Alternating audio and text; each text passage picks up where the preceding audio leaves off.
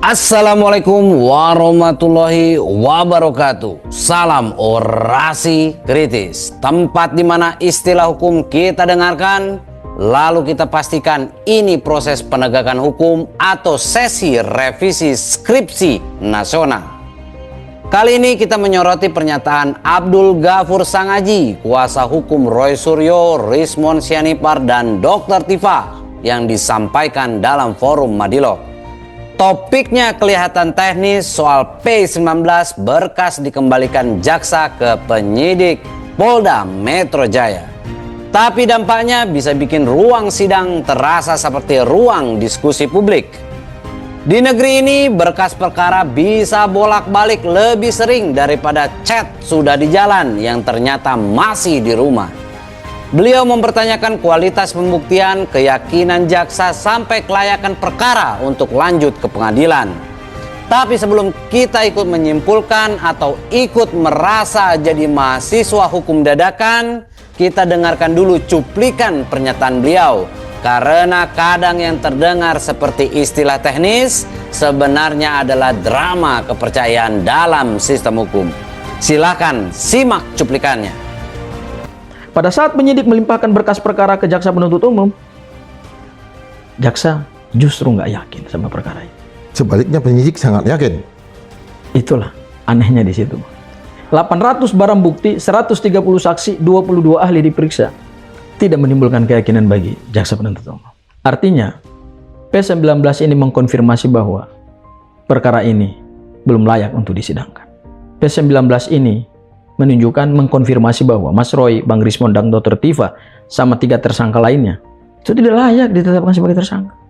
Tidak layak, tidak memenuhi semua ketentuan hukum pidana yang diatur dalam KUHP, diatur dalam KUHAP untuk mereka menyandang gelar sebagai status sebagai tersangka. Sebenarnya belum layak ini, Bang. Itulah arti daripada P19. Karena perkara ini bukan main-main loh, Bang. 130 saksi diperiksa. Apa kurang? Kurang banyak. Mau berapa ratus lagi saksi yang harus diperiksa? Hanya untuk membuktikan bahwa ijazah ini adalah ijazah asli yang didapatkan oleh Pak Joko Widodo secara sah. Berapa lagi ahli yang harus diperiksa? Apa kita butuh sampai ratusan ahli? Hanya untuk membuktikan bahwa ijazah yang dipegang oleh Pak Joko Widodo adalah ijazah yang sah secara hukum dan sah secara akademik, sehingga dia bisa menggunakan itu untuk mendapatkan jabatan presiden. Terus apa barang buktinya kurang? 800 barang bukti kurang. Apa kita butuh penyitaan terhadap ribuan barang bukti untuk hanya membuktikan 1 lembar ijazah itu? Menurut saya penegakan hukum di kasusnya Pak Jokowi ini justru menimbulkan banyak tanda tanya. Dan ini satu presiden buruk di dalam hukum pidana nasional kita yang sudah baru. Berarti Pak Jokowi belum mampu memberikan keterangan yang gamblang, komprehensif, dan terang benderang bahwa Pak Jokowi adalah mahasiswa UGM tahun 80, mengikuti KKN, ujian skripsi, kemudian dia wisuda. Kenapa kejaksaan menolak berkas perkara ini? Karena jaksa nggak mau konyol gitu loh, Bang. Jaksa nggak mau membawa satu perkara yang pada akhirnya perkara itu dia nggak bisa buktikan di hadapan majelis hakim. Dia nggak mau membawa berkas perkara ini di hadapan persidangan ketika bukti-bukti itu belum memberikan keyakinan kepada dia. Dia nggak mau membawa berkas perkara ini ke hadapan persidangan yang terbuka buat umum dan akan ditonton oleh ratusan juta orang. Kalau pada akhirnya jaksa gagal untuk memenjarakan para tersangka terdakwa. Ini kan seperti penyidik buang bola kepada penuntut umum, ya kan? Nah, begitu dia terima bola itu kan bola panas, Bang. Dia nggak mau bola panas ini dia bawa ke persidangan kalau barang ini belum matang gitu loh. Kalau kemudian penyidik mengirimkan lagi berkas perkara ke jaksa penuntut umum dan jaksa penuntut umum mengembalikan lagi kepada penyidik Polda Metro Jaya, menurut saya harusnya penyidik Polda Metro Jaya secara profesional mengatakan bahwa ya sudah, kami gagal. Ketika menyatakan bahwa kami gagal, SP3 kan aja karena buktinya kurang. Tutup perkara ini. Kembalikan laporan Pak Jokowi ke Solo sana. Katakan ke Pak Jokowi, mohon maaf Pak Jokowi, berdasarkan hasil penelitian berkas perkara oleh penuntut umum, laporan Bapak tidak bisa lagi kami teruskan. Case close selama-lamanya. Saksi kurang, ahli kurang, padahal 28 ahli. 130 saksi ternyata keterangannya belum dalam. 800 barang bukti ternyata perlu lagi didalami barang bukti. 3 kekuatan pondasi pembuktian hukum. 3 pondasi pembuktian hukum ini itu dinilai kurang oleh jaksa penuntut umum. 3-3-nya, Bang, bukan 1. Iya, bukan 1. Penetapan tersangka begitu dengan P19 ini, berkas perkara ini belum layak untuk disidangkan. Mas Roy, Bang Rismon, Dr. Tipa belum layak untuk masuk jeruji besi. Oke, itu tadi pernyataannya. Kalau barusan terdengar seperti kuliah hukum pidana yang kebetulan dibumbui rasa greget, ya memang di situ letaknya. Ini bukan soal istilah P19, tapi soal keyakinan hukum. Dan di hukum kata belum yakin itu berat. Itu seperti dosen bilang sudah banyak tapi belum menjawab. Sekarang kita turunkan nadanya, kita naikkan analisanya, kita bedah pelan-pelan supaya istilah teknisnya tidak cuma lewat, tapi juga kita pahami maknanya. Bagian paling disorot oleh Abdul Ghafur Sangaji adalah berkas perkara dikembalikan karena jaksa belum punya keyakinan untuk membawa kasus ini ke persidangan.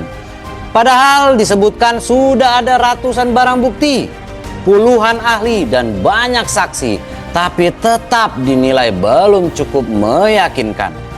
Disinilah publik biasanya mulai bingung.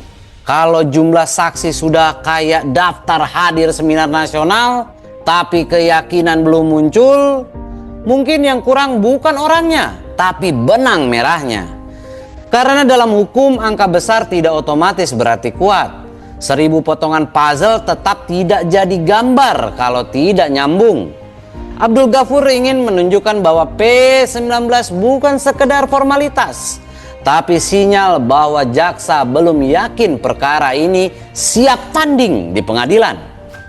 Ini seperti mau tampil lomba debat nasional, tapi juri bilang materinya banyak tapi argumennya belum nancep.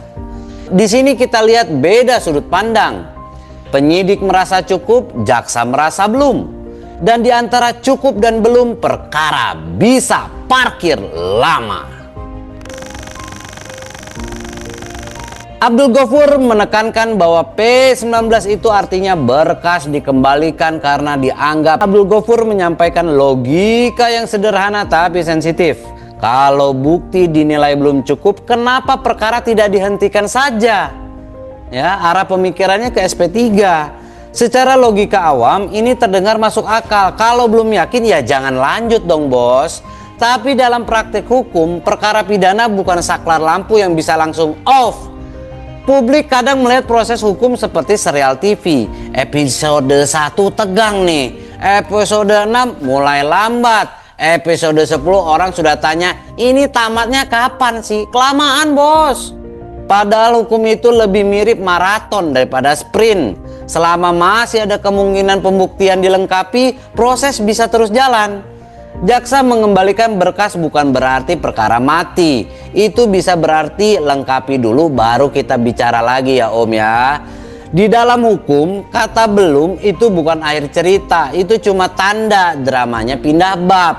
Disinilah beda cara pandang muncul. Dari sisi kuasa hukum, P19 bisa dibaca sebagai tanda perkara lemah. Dari sisi penegak hukum bisa dibaca sebagai proses perbaikan pembuktian. Dan publik berdiri di tengah, nonton sambil bingung. Ini drama hukum atau hukum yang dramatis? Abdul Ghafur menyinggung 3 unsur utama pembuktian. Ada saksi, ada ahli, dan barang bukti. Menurutnya semua itu sudah ada di dalam jumlah besar, tetapi tetap dinilai belum cukup oleh jaksa. Di sini letak pertanyaan publik. Kalau fondasinya sudah 3 lapis bos, 3 lapis sudah lengkap nih, kenapa bangunannya belum boleh berdiri? Kalau ini proyek bangunan, mungkin tukangnya bilang, batu banyak udah banyak bos, semen banyak bos, tapi arsiteknya masih mikir desainnya masuk akal atau kagak.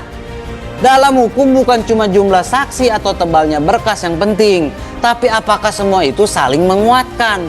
Ya, 100 saksi yang bicara beda arah tidak otomatis lebih kuat dari 1 saksi yang tepat sasaran. Kadang yang bikin perkara kuat bukan banyaknya suara, tapi 1 kalimat yang nyambung ke semuanya. Abdul Ghafur membaca situasi ini sebagai tanda pembuktian belum solid. Artinya menurut dia fondasi kasusnya belum meyakinkan. Sementara dari sisi jaksa ini bisa berarti kami belum melihat gambar utuhnya nih. Oh, hilalnya belum kelihatan nih. Dan di antara dua tafsir itu, publik lagi-lagi jadi penonton yang cuma lihat gedungnya nih, ya belum jadi, tapi tidak diajak lihat gambarnya kayak gimana. Abdul Ghafur juga menyinggung bahwa perkara seperti ini tidak hanya berjalan di ruang hukum, tapi juga disorot publik yang luas nih. Di Indonesia banyak banget nih ya. Jaksa tentu tidak mau membawa perkara ke sidang terbuka kalau belum yakin, karena risikonya Anda perkara lemah. Dalam hukum, cukup itu bukan ukuran gelas. Bagi satu pihak sudah penuh, bagi pihak lain masih setengah. Inilah drama klasik penegakan hukum. Bukti ada tapi tafsir atas kekuatannya bisa beda. Abdul Ghafur membaca P19 sebagai sinyal bahwa perkara belum kokoh untuk masuk ke ring pengadilan ya. Dari sudutnya ini menunjukkan fondasi kasus belum solid. Sementara dari sisi penuntut, P19 bisa berarti lengkapi dulu baru kita bicara pembuktian di depan hakim. Kadang yang paling lama dalam proses hukum bukan mencari bukti, tapi mencari titik di mana semua pihak sama-sama bilang, oke, ini masuk akal, baru jalan tuh. Disinilah publik melihat hukum bukan sekedar hitam putih, ada ruang abu-abu bernama penilaian. Dan perkara ini seperti tergambar dari pernyataan tadi, sedang berada tepat di wilayah abu-abu tersebut. Dari pernyataan Abdul Ghafur Sang Haji, kita melihat satu hal yang sering luput dibahas publik, yaitu dalam hukum bukan siapa paling yakin yang menentukan, tapi siapa yang bisa membuat hakim ikut yakin. Berkas tebal belum tentu kuat, saksi banyak belum tentu nyambung, ahli banyak belum tentu satu arah. Kalau hukum itu masakan, jaksa tidak mau menyajikan yang masih setengah matang. Karena begitu disajikan di pengadilan, yang mencicipi bukan cuma hakim, tapi satu negeri, bos.